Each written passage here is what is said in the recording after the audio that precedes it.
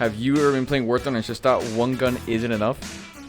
Well, let me introduce you to Germany's Frakenstein, the SPZ 12-3 LGS. 99 Luftballons, ihren Weg zum Horizont, hielt man für UFOs aus dem All. Warum schickte ein General der Fliegerstaffeln hinterher, Alarm zu geben, wenn so wäre?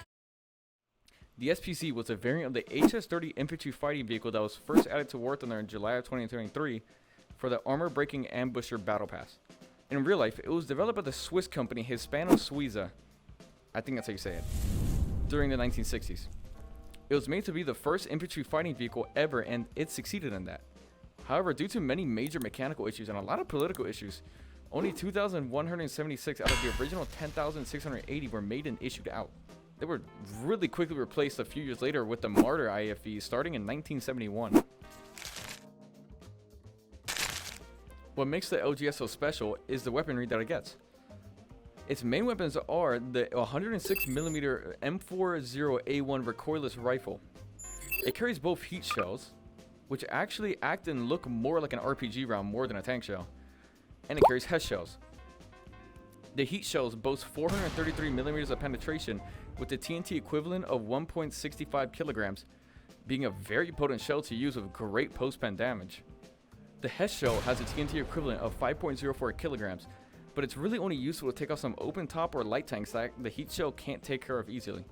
The gun can turn a full 360 degrees, but at a very slow pace at 9.1 degrees a second.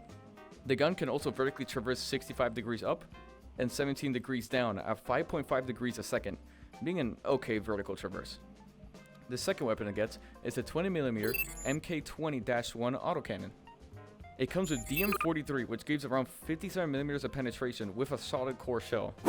It also comes with DM51A1, which is a high explosive belt, which is just a flipped version of the DM43. The cannon can only turn 100 degrees to the left and right, not being able to go a full 360 degrees all around. It also doesn't really have a good vertical traverse, only going 20 degrees up and 6 degrees down.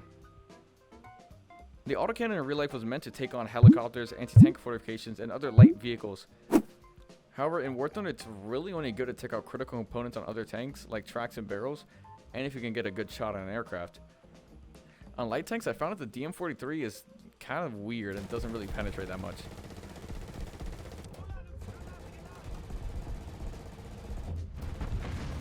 Now, let's move on to the tank itself.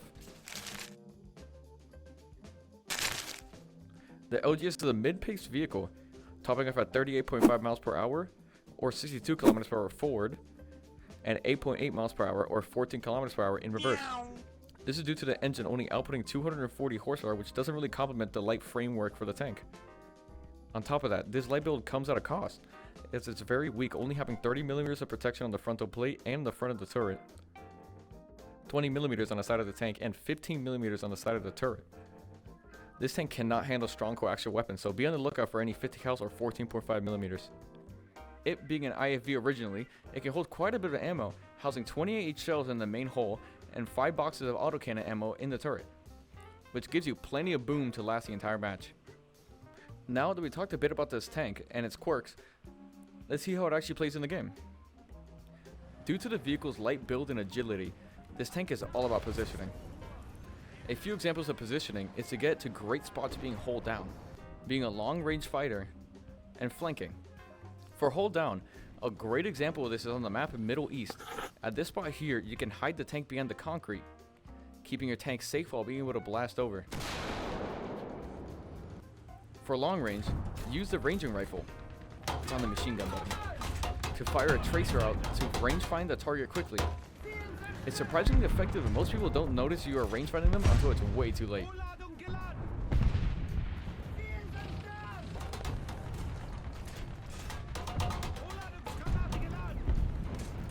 Finally, for flanking, just try to be on the outskirts of the map and don't stop moving.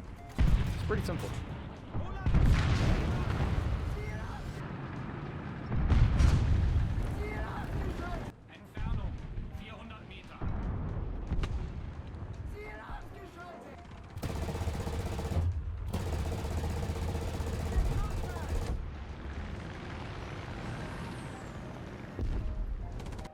Don't get too cocky with this vehicle, however. Remember, you are very weak, and you will be able to be killed by anything very quickly.